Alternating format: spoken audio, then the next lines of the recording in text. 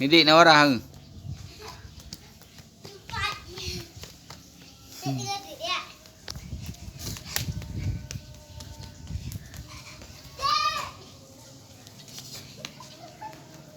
Ni kan? Sungai.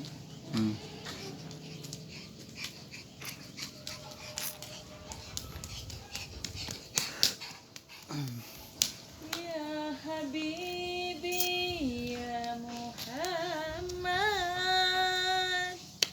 ya Musa Fafika. Didik